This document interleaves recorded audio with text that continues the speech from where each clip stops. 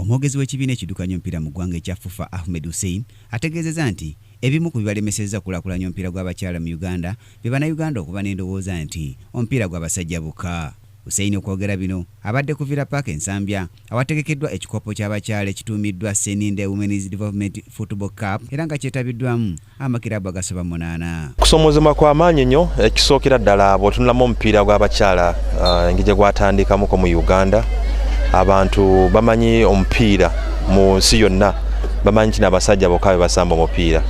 Abaana abawala nabo kennyini balina ensonga zaabwe, abamu bayinza okugamba nti no tayagala kwambala mujoozi mweru olw'ensonga z'abeeramu oluusi ez'ekikyala eziba zimukaluubiriza, naye aba tabeera confident okujja kusamba omupiira. Nga kiba kitegeeza kati n'omujoozi kennyini olina omufunira omujoozi omulala era bakubuulira ensonga ezimu. Okusomoozebwa okulala kuliwo abazadde okubamatiza nti no abaana abawala nabo basobola okufunamu oba okulaga ebitone byabwe nga basamba omupiira guno. Ekibiina kya FUFA nga kikwatidde wamu ne Jane Seninde bategese ekikopo kino n'ekigendererwa eky'okutumbula ebitone by'abaana abawala abato. Seninde nga y'omu ku bazannyi ku ttiimu y'eggwanga ey'abakyala eya Crested Crane ategeezezza nti okuteekawo ekikopo kino y'emu ku ngeri y'okuddiza eggwanga ng'ayita mu kutumbula ekitone ky'okusamba omupiira mu bawala ba musaayi muto. Era kitusanyusizza nnyo, tubadde tetukisuubira kubanga kye twetaaga abakyala ffe naddala bano abasamba kubanga talanta zo weeziri.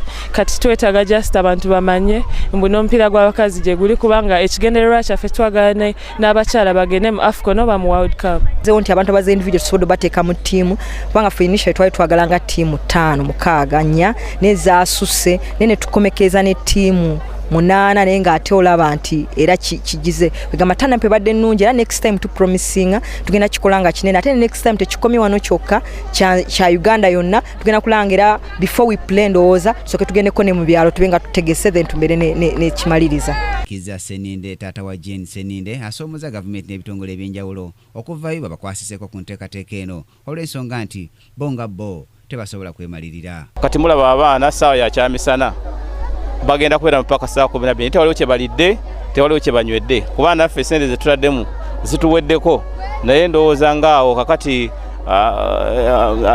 ekitongole kya sports kyandibadde kivaayo nga kiraba omwana avudde London najjayo n'akola such an initiative nekivaayo nakyo nekirabika nti kiyinza okuyamba, kiyinza okuba nga kiyambye nekikoma we kikoma, naye ndowooza mu budget bateekemu sente z'abakyala ez'okusamba emipiira kibe nga kiyamba kinene nnyo. Jane Ruth Namuyega Seninde ye muwala wa Rosemary Seninde minisita omubeezi w'ebyenjigiriza era ng'asambanga muzibizi ku ttiimu y'eggwanga y'abakyala eya Crested Cranes.